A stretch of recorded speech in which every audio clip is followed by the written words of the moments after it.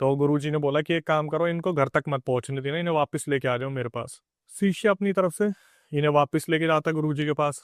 और जब गुरुजी के पास लेके जाता है तो गुरुजी अब देखते हैं कि भाई अब इसके पास कम से कम 30-40 ऐसे ऐसे प्रेत आ रखे हैं जो हैं शक्तिशाली।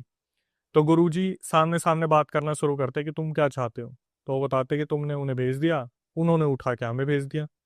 मतलब तुमने इससे पहले वाले हटा दिए, अब हमें भेज दिया।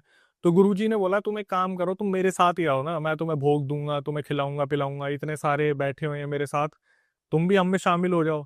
तो वो जो एंटिटीज थी वो ये तो देख रही थी भाई जो सिद्ध गुरुजी है जो इस तरफ के हैं वो भोग देते हैं, शराब का भोग भी देते हैं, कलेजी वलेजी मीट मच्छी भी देते हैं। तो एक बारी को एंटिटीज हंस के बोलती है कि हमारा तो बहुत मन है तुम्हारे साथ आने का, लेकिन जो हमें कार्य दिया वो तो हमें करना पड़ेगा।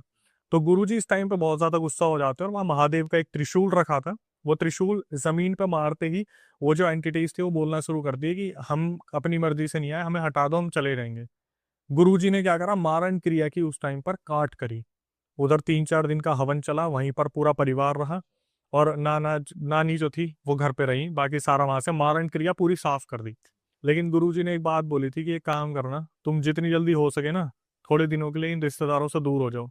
क्योंकि हो क्या रहा था, लोग अक्सर सामने से चल के जाते तो उनके पैर की मिट्टी उठा ली, या कपड़े सूख रहे तो सब कपड़े उठा लिए, कुछ भी ऐसी चीज डीएनए के तौर पे ले लेते थे जिससे वो क्रिया कर देते थे।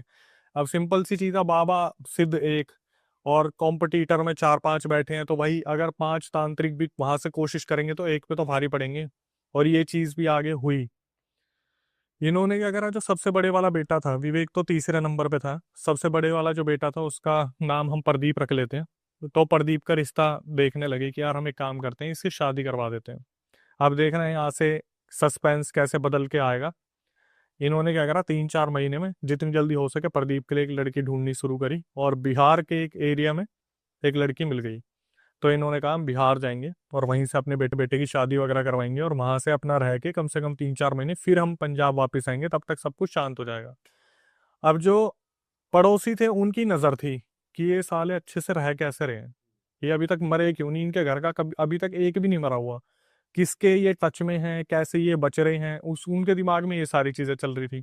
ये क्या करते हैं, प्रदीप की शादी के लिए पहुंच जाते हैं सीधा बिहार।